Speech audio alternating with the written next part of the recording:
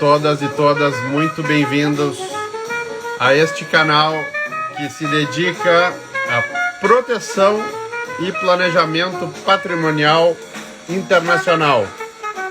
Primeiro canal do Brasil que se dedica exclusivamente à proteção e planejamento patrimonial internacional. Então hoje nós vamos falar de um assunto bem interessante, onde nós vamos falar sobre proteção patrimonial nacional e proteção patrimonial internacional. Gostaria de perguntar se vocês sabem o que eu quero dizer com proteção do patrimônio. O que é a proteção do patrimônio, como é que a gente protege o patrimônio, né? E patrimônio, não só o patrimônio material, existe patrimônio imaterial, né? Existem situações onde a gente, dentro da prática de PPPI, tem que trabalhar com patrimônio imaterial. Temos que colocar embaixo de uma estrutura royalties, propriedade intelectual, website, tem website que tem que ser protegido, que vale milhões.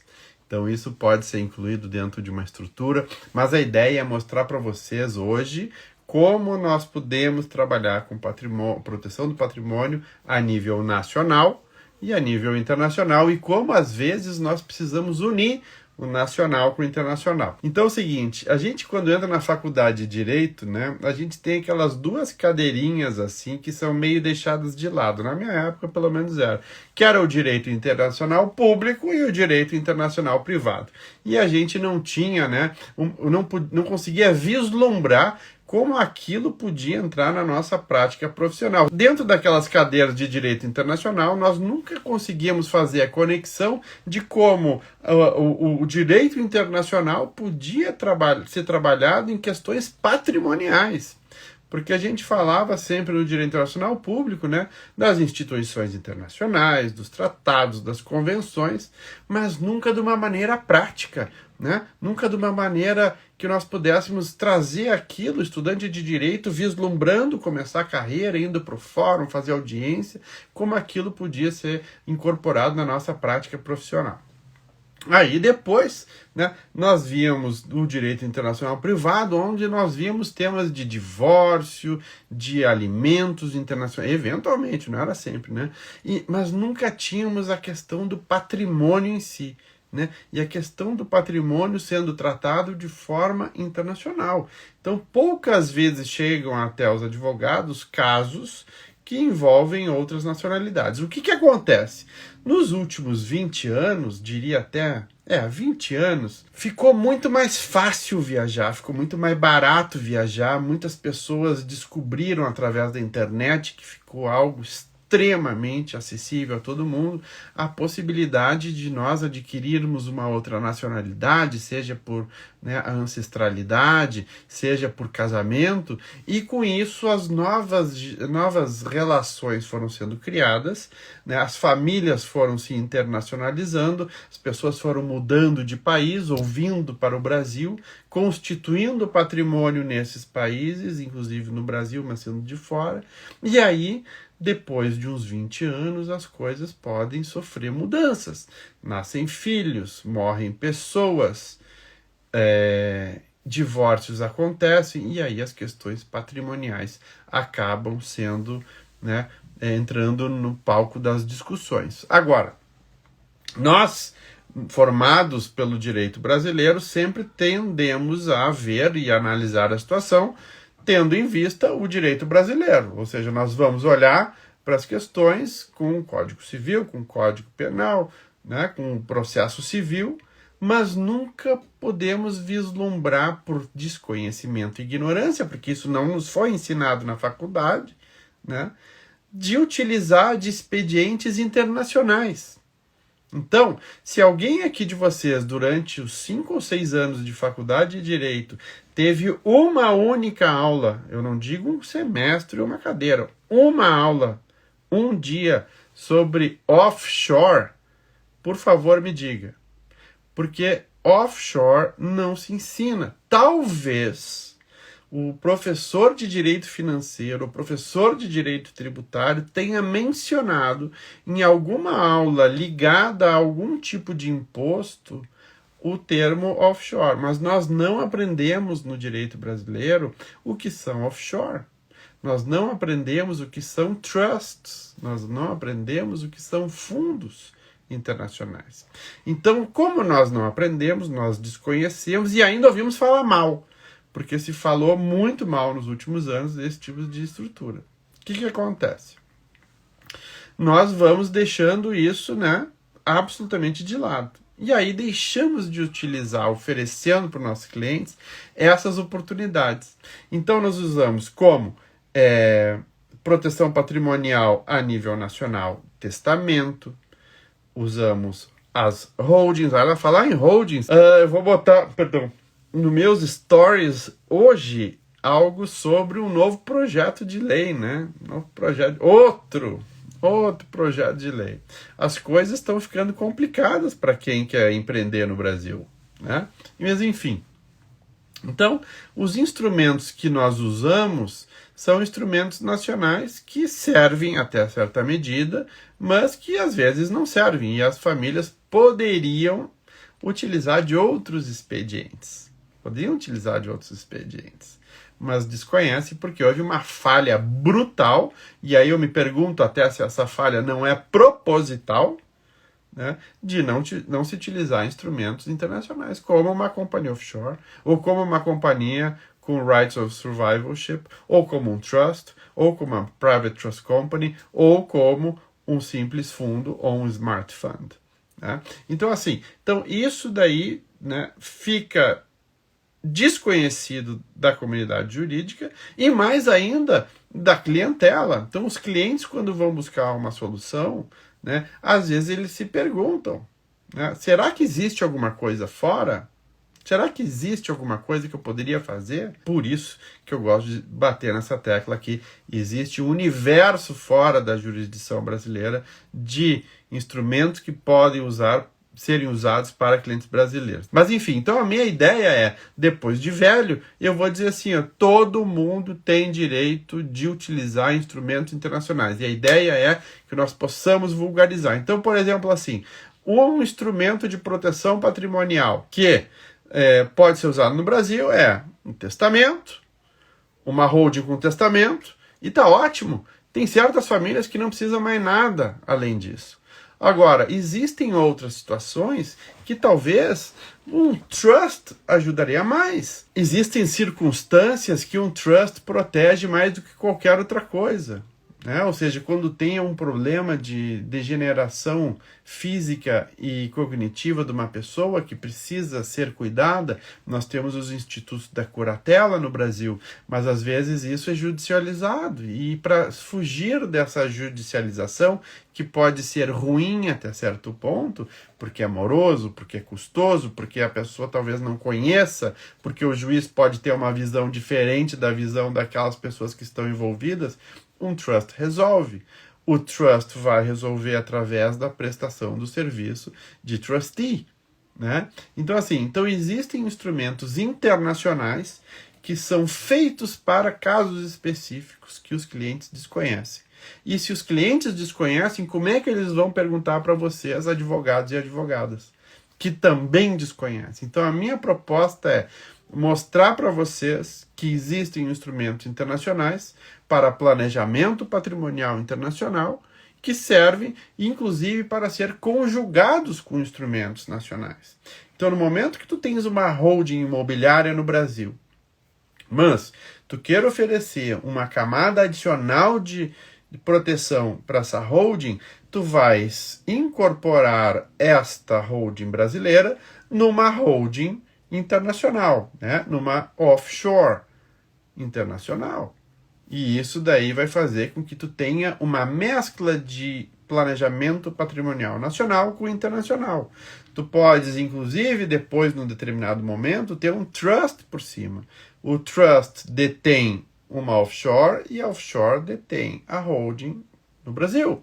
Tu imagina o grau de proteção, ainda mais no momento que nós estamos vivendo no Brasil, de instabilidade política, instabilidade econômica, estabilidade social, o quanto se faz importante conhecer o que existe fora do Brasil. Nós, então, temos a possibilidade de diversificar risco e aqui quem viveu os anos 70 e 80 sabe por que eu estou falando isso, existem forças que às vezes podem prejudicar e aprisionar vocês em termos de patrimônio no Brasil. Então a ideia é que vocês consigam expandir, né, o conhecimento de vocês para o que existe fora. Estava num call agora com um grande banco internacional, né, um dos quais eu trabalhei, sobre a questão, né, desse projeto de lei, como esse projeto de lei também vai mudar muita coisa no cenário. E se você é advogado ou advogada, você está na frente de uma grande oportunidade que vai acontecer no mercado. O que acontece? Esse projeto de lei está na minha newsletter. Se você não recebeu na newsletter, manda um e-mail para suporte@alexandrereg.com, que é onde a gente mostra ali as principais mudanças que vão acontecer se esse projeto de lei passar do jeito que está. Porque este projeto de lei, ele está surgindo num momento muito complicado do cenário político, econômico e legislativo brasileiro, tá? E, por exemplo, todos os fundos, fundo imobiliário, fundo por cota, tudo isso vai receber um tipo de tratamento fiscal que vai ser nefasto. Então, essa farra que tem hoje no sentido positivo, não pejorativo, de estruturas como fundos imobiliários, vai ser transformado. Vai haver uma grande transformação. Não só, mas também todo tipo de questão ligada a diferimento de imposto, que é uma coisa que eu sempre falo, o Brasil é um dos únicos países que ainda aceita o diferimento de imposto, vai acabar. Tem uma parte ali que trata de offshore, né? Mas as offshores, e aí está a grande oportunidade, gente. Aí está a oportunidade para quem quer entrar em PPPI. Vocês sabendo trabalhar com companhias e estruturas internacionais vão poder oferecer jurisdições que estão legais, lícitas, mas não encontram o escopo da lei em termos de paraíso fiscal. Então isso é extremamente importante e só profissionais qualificados dentro de PPI vão conseguir entender. Então, assim, no momento que você tem, dentro da sua prática profissional, a possibilidade de oferecer proteção patrimonial a nível nacional e, ao mesmo tempo, oferecer institutos de direito, de proteção patrimonial internacional em outras jurisdições, em outros países, você tem um plus enorme em relação à competitividade. Fiquem com isso em mente. Nós hoje podemos trabalhar com proteção e planejamento patrimonial a nível nacional, só a nível internacional, e unir os dois. Famílias que estão se mudando de país imediatamente vão precisar de uma análise, de uma concepção de planejamento patrimonial internacional. Aquele caso daquela família que está indo para Portugal. Simples, né? Pode não ter patrimônio, mas o que acontece? Eu aposto que essa família, esse casal, essa pessoa que está indo para Portugal hoje, daqui a 10 anos, ela vai ter um patrimônio muito maior do que ela teria no Brasil. Mas o que acontece? A família dela ficou no Brasil. E, eventualmente, não raro essas pessoas acabam querendo comprar imóveis no Brasil. Mas ela reside em Portugal. Se ela reside em Portugal e tem imóveis no Brasil, e esse imóvel é eventualmente alugado, ela tem que pagar imposto ou não? Aí entramos no planejamento patrimonial internacional. Então, esse tipo de situação toda é muito recorrente. Então, assim, pensem que nós vivemos num mundo hoje que de uns 20 anos para cá a internacionalização é muito mais recorrente. As trocas entre os estados é muito mais recorrente. Isso que eu nem entrei na questão do negócio, do empresário, né? Porque é difícil tu teres um empresário hoje que não tenha nenhum tipo de exposição ao exterior. É muito difícil. Nós sempre estamos com empresários que estão com negócios que estão entre as jurisdições. Então, o sujeito que produz açaí, lá no Nordeste do Brasil, achou um comprador na Arábia Saudita. E aí, o que ele faz? Bom, tenho que exportar para a Arábia Saudita. Será que uma companhia brasileira é a melhor tipo de estrutura fiduciária, estrutura jurídica, societária, para exportar para a Arábia Saudita? Ou será que se eu tiver uma companhia no Brasil que exporte para uma trading no Panamá, ou na Suíça, ou em Malta, e essa companhia acabe fazendo a compra e venda e recebendo os pagamentos no Brasil ou em outro país? Entende? Então, esse tipo de planejamento é um planejamento parte nacional e parte internacional. Mas no momento que a gente desconhece toda a parte internacional, nós acabamos limitando a nossa oferta de serviço para esses clientes no âmbito nacional. E a ideia é poder justamente oferecer mais. Se o cliente quiser fazer só a nível nacional, ok, that's fine. Agora, tu imagina a resposta do teu cliente para ti no momento que tu oferece as opções nacionais e também as internacionais, que eventualmente pode escolher uma, outra ou ambas, a combinação disso. O teu valor enquanto profissional da advocacia, que tem esse conhecimento, que tem essa visão, é muito maior. E é isso que eu quero mostrar para vocês. Por exemplo, esse casal que foi para Portugal, né? Comprou uma casa em Portugal, sofre um acidente, falece, infelizmente, e aí tem aquele imóvel em Portugal. A família está no Brasil.